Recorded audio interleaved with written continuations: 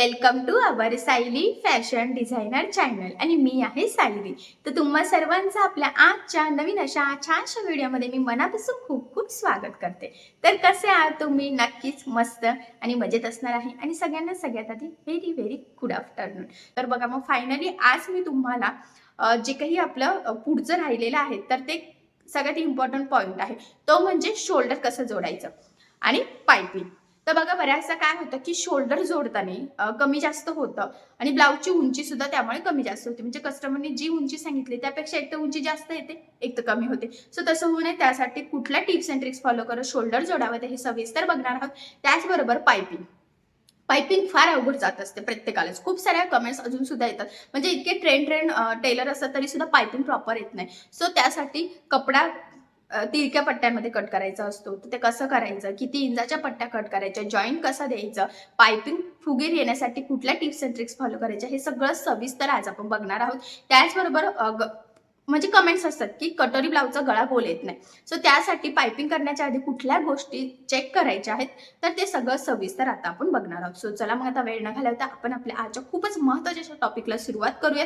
आणि हा व्हिडिओ तुम्ही स्किप न करता पूर्ण नक्की बघा, जेणेकरून तुम्हाला आपला आजचा हा व्हिडिओ बघून कशा पद्धतीने पायपिंग करायची आणि परफेक्ट शोल्डर जोडायचं तर हे सहजच लक्षात येईल. ठीक आहे.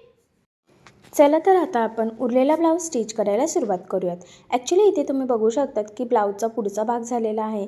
बऱ्याचसा कटोरीचा टक्स हा तिरका जातो. सो त्यासाठी काय करायचं, क्रॉसपट्टी कशी लावायची, साईड पार्ट आणि कटोरी एकमेकाला कसं जोडायचं, किती मार्जिन ठेवायचं, हुकलूक पट्टी किती इंचाची घ्यायची, कशी लावायची, त्याचबरोबर स्लीव्जला हातशिलाई करायची असते ज्यावेळेस बिना अस्तरचा ब्लाऊज असतो.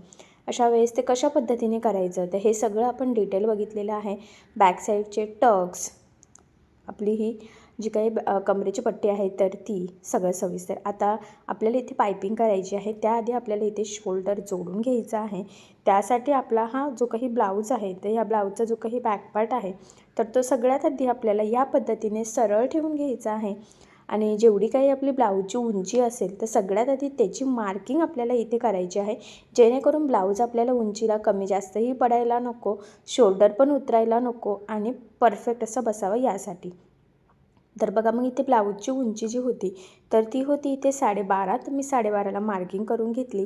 सेम त्याच पद्धतीने दुसऱ्या साईडला सुद्धा आपल्याला ह्या पद्धतीने टेप ठेवून 12.5 इंचाला मार्किंग करून घ्यायची आहे. हे बघा, ठीक आहे. यानंतर काय करायचं आहे, लक्षात राहू द्या बॅक पार्ट सरळ ठेवलेला आहे. त्यावर आता आपल्याला पुढचा जो काही भाग आहे तर तो उलटा ठेवायचा आहे आणि शोल्डर जोडून घ्यायचं. आता शोल्डर जोडताना आपण ब्लाऊजच्या उंचीची जी काही मार्किंग केलेली आहे बरोबर तेवढंच मार्जिन ठेवत आपल्याला खरं तर इथे हे शोल्डर जोडून घ्यायचं आहे.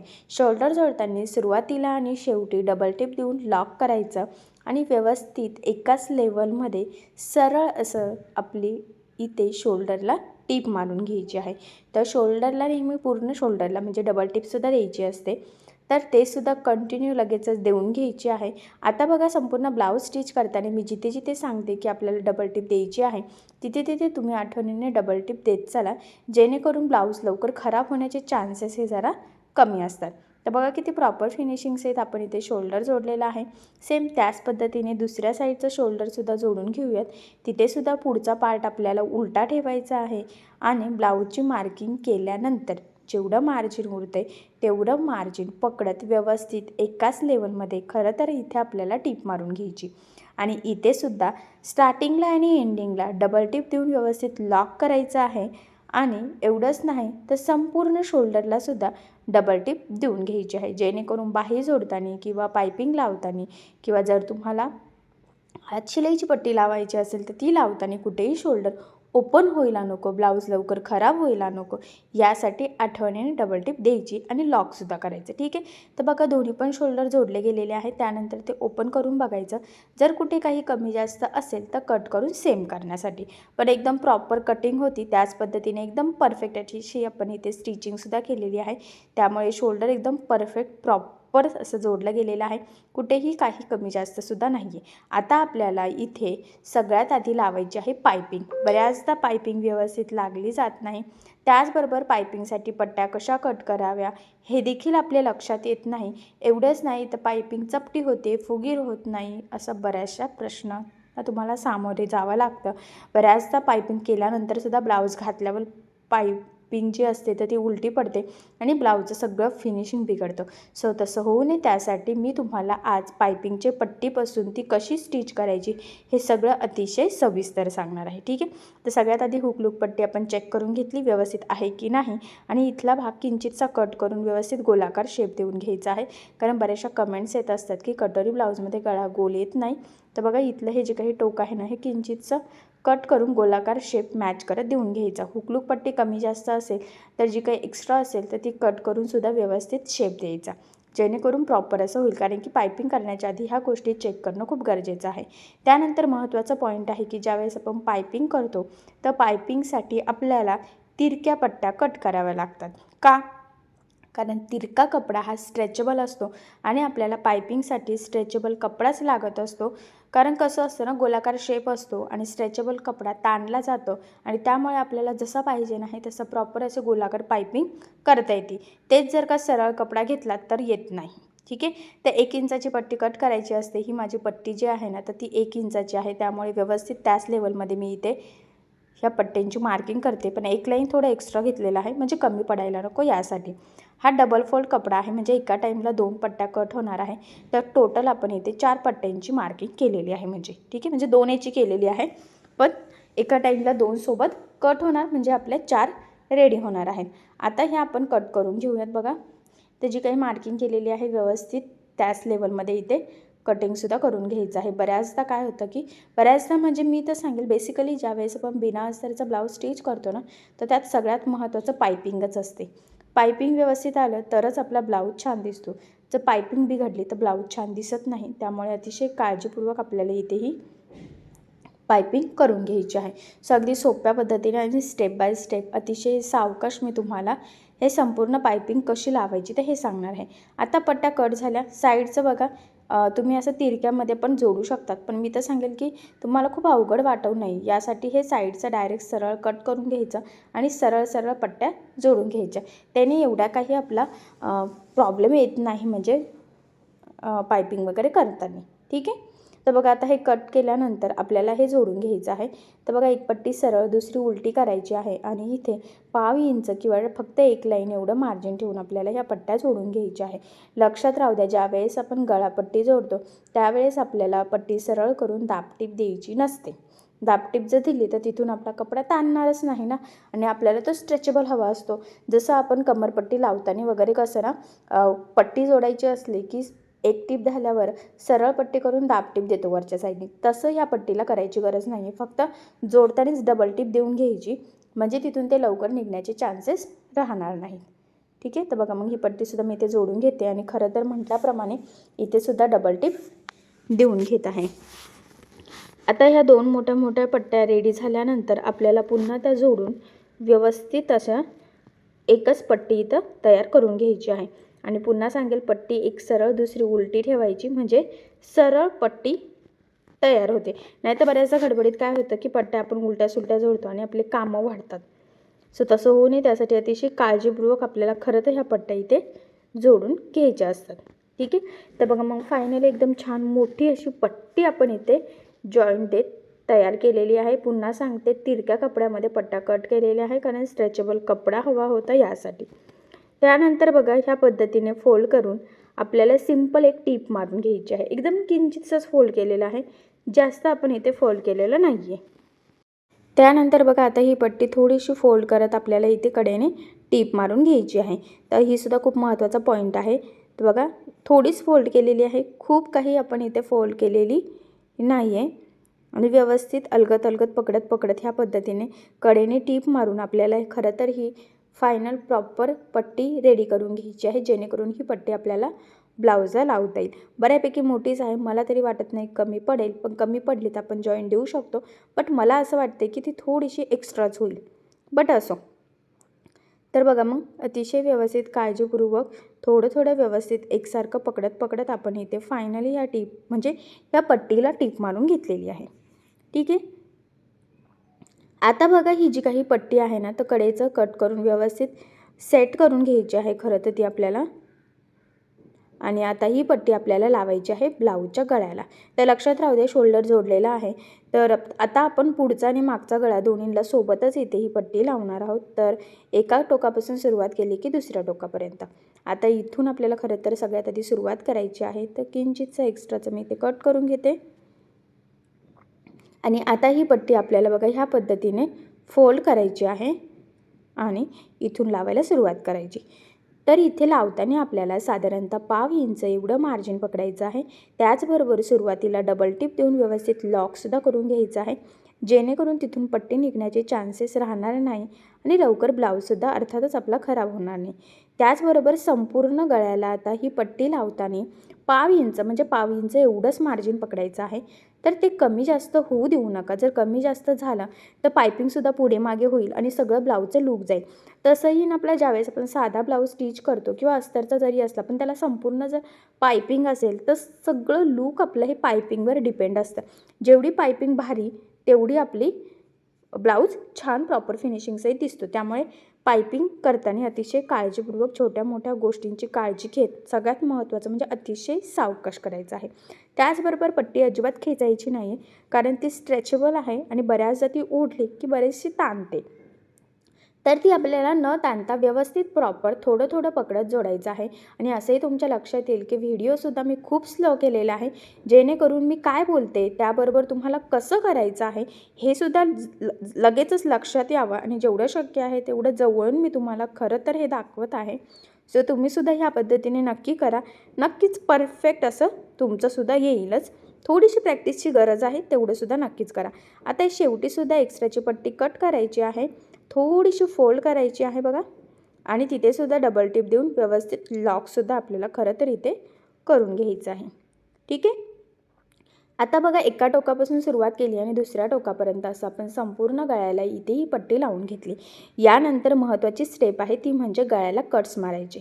तर गळ्याला छोटे छोटे कट्स मारायचे, जेणेकरून ज्यावेळेस आपण पायपिंग करून बराचसा पार्ट आपला आतमध्ये फोल्ड होईल तर तो प्रॉपर असा फोल्ड व्हावा आणि आपला हा जो काही गळ्याचा गोल आकार आहे तर तो तसाच यावा पायपिंग सहित. यासाठी ही स्टेप खूप इम्पॉर्टंट आहे. तुमचा गळा कुठलाही असो, गळ्याला आपल्याला छोटे छोटे कट्स द्यावेच लागतात. पण त्याचबरोबर अजून एक महत्त्वाचा पॉईंट आहे, तो म्हणजे बऱ्याचदा गडबडीत गळ्याला कट्स मारता मारता ब्लाऊजला सुद्धा कट्स जातात आणि त्यामुळे आपला सगळा ब्लाऊज बिघडतो. सो तसं होऊ नये यासाठी अतिशय सावकाश काळजीपूर्वक आपल्याला कट्स मारायचे आहे, कारण ब्लाऊजला जर कट गेला तर ब्लाऊजच खराब होतो. त्यामुळे मग त्याला कितीही रिपेअर केलं तरी तो जास्त टिकूच शकत नाही. त्यामुळे मग अतिशय सावकाश काळजीपूर्वक आपल्याला गळ्याला इथे छोटे छोटे कट्स मारून घ्यायचे आहेत. तर खरं तर तुमच्या पण लक्षात येईल की किती सावकाशपणे मी इथे कट्स मारलेले आहेत. कुठेही एक्स्ट्राची जी काही टीप म्हणजे आपण जी काही टीप मारलेली आहे ना तर त्याच्या आतमध्ये जायला नको, बाहेरच्या साईडलाच फक्त ते कट्स पडले गेले पाहिजे ह्या पद्धतीने. ठीक आहे. आता इथपर्यंत झालेला आहे एकदम व्यवस्थित प्रॉपर फिनिशिंग्स आहेत. आता मेन टास्क यापुढे चालू होते, ते म्हणजे आता आपल्याला इथे करायची आहे पायपिंग. तर बघा ही पट्टी व्यवस्थित ह्या पद्धतीने थोडीशी प्रेस करून घ्यायची आहे पूर्णच गळ्याला, जेणेकरून ती व्यवस्थित थोडीफार तरी सेट होईल आणि आपल्याला व्यवस्थित एकसारखं इथे पायपिंग करणं सोपं जाईल. आणि आतला जो काही जॉईंटचा पार्ट आहे ना खरं तर तो बाहेरच्या साईडनेच काढायचा आहे, लक्षात राहू द्या. आतमध्येच फोल्ड करू नका तो. ठीक आहे. आता बघा आपल्याला ही जी काही पट्टी आहे तर ही अशीच ठेवायची, त्यावर आता ही पट्टी अशी फोल्ड करायची आहे बारीकशी. असंही आता आपण खूप बारीक अशी पायपिंग करत नाही आहोत, थोडीशी जाडच करत आहोत. आणि बघा आता पायपिंगचे तिथे जी काही लाईन ड्रॉ केली ना, म्हणजे वरचा जो काही पट्टी आहे ती आणि खालचा पोर्शन ब्लाऊजचा, तर बरोबर त्याच्या मधोमध आपल्याला इथेही टीप मारून घ्यायची आहे.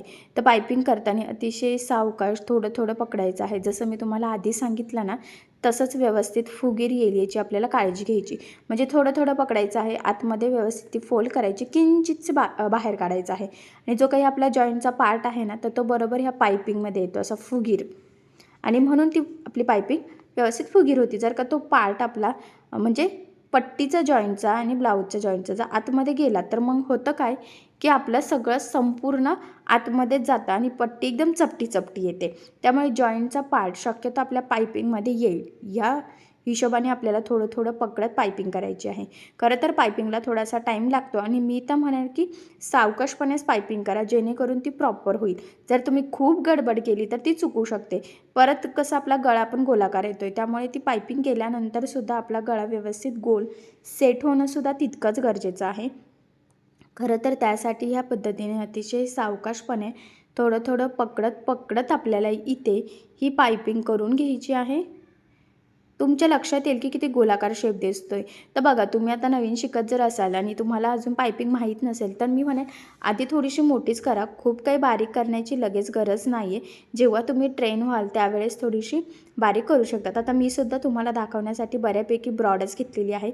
खूप काही बारीक घेतलेली नाही आहे. फक्त एवढंच आहे की एकसारखी यावी याचा थोडासा विचार करत करत पायपिंग करायची.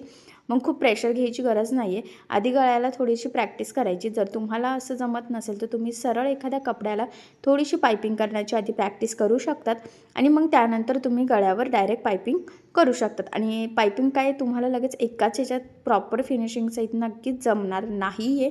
त्यासाठी तुम्हाला प्रॅक्टिस करावी लागेल. तुम्ही पहिल्यांदाच करत असाल तर मग ती थोडीफार तर बिघडूच शकते, पण प्रॅक्टिस केली की नक्कीच परफेक्ट अशी पायपिंग तुम्हाला करता येईल. मी पुन्हा सांगेल, पायपिंगसाठी तुम्हाला ना खरंच प्रॅक्टिस करावी लागेल. कारण पायपिंगचे सुद्धा ना खूप मेसेज येतात की पायपिंग परफेक्ट येत नाही, पायपिंग परफेक्ट येत नाही. पण त्यासाठी गरजेचं असतं ते म्हणजे प्रॅक्टिस. आणि नक्की पायपिंग कशी करायची आहे तर ते सुद्धा समजून घेणं तितकंच गरजेचं आहे. पायपिंग करताना थोडाच कपडा फक्त आतमध्ये फोल्ड करत तेवढ्याच पार्टमध्ये टिप मारायची असते. तुम्हालाही हा व्हिडिओ बघताना लक्षात येत असेल की बघा, मी थोडंसं फोल्ड करते, तिथपर्यंत बोट ठेवून फक्त तेवढीच टिप मारते, पुन्हा थांबते, पुन्हा ते आतमध्ये फोल्ड करते, पुन्हा तिथून टिप मारते. सुई अटकून ठेवायची, फूट शक्यतो उचलायचं म्हणजे शेप आपला व्यवस्थित सेट राहतो. जर तुम्ही फूट उचलला नाही तर मग ती पायपिंग तिरकी होऊ शकते. हा पॉईंटसुद्धा खूप इम्पॉर्टंट आहे, कारण की गळा गोल असतो आणि आपण डायरेक्ट सरळ पकडत पायपिंग करत असतो.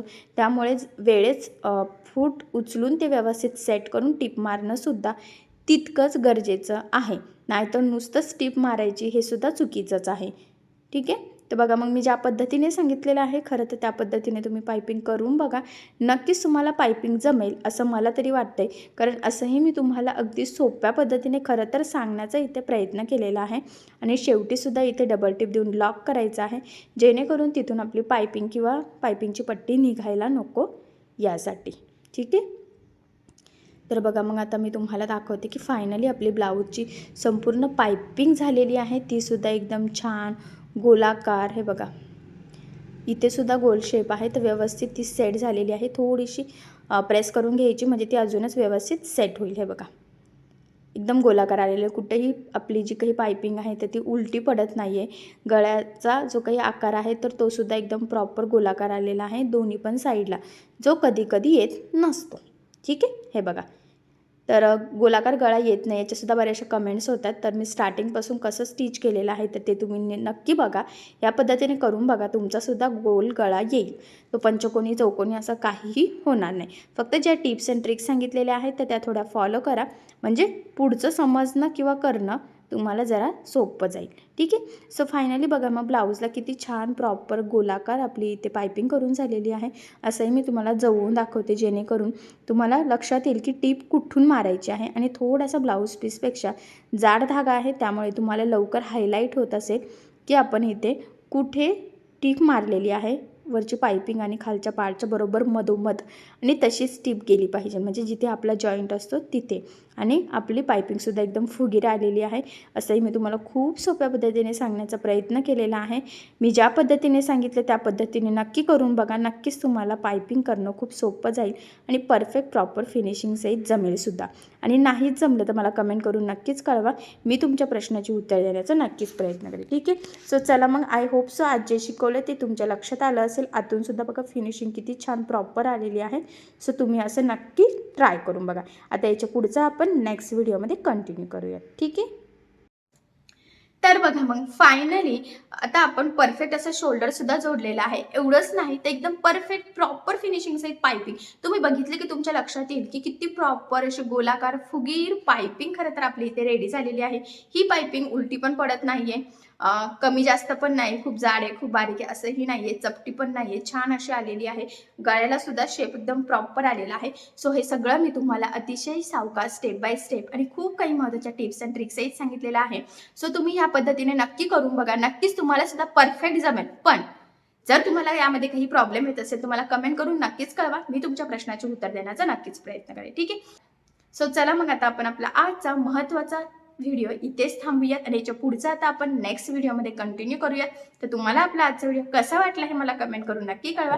त्याचबरोबर आपला व्हिडिओ आवडला असेल तर व्हिडिओला लाईक करायला विसरू नका आणि असेच नवनवीन छानसे व्हिडिओज बघण्यासाठी आपल्या सायली फॅशन डिझायनर या चॅनलला लाईक करा, शेअर करा आणि सबस्क्राईब करायला विसरू नका. ठीक आहे. सो चला मग भेटूया पुन्हा नवीन अशा छानशा व्हिडिओमध्ये. तोपर्यंत टेक केअर, काळजी घ्या आणि आपला आजचा व्हिडिओ शेवटपर्यंत पूर्ण बघितल्याबद्दल thank you so much. Bye bye.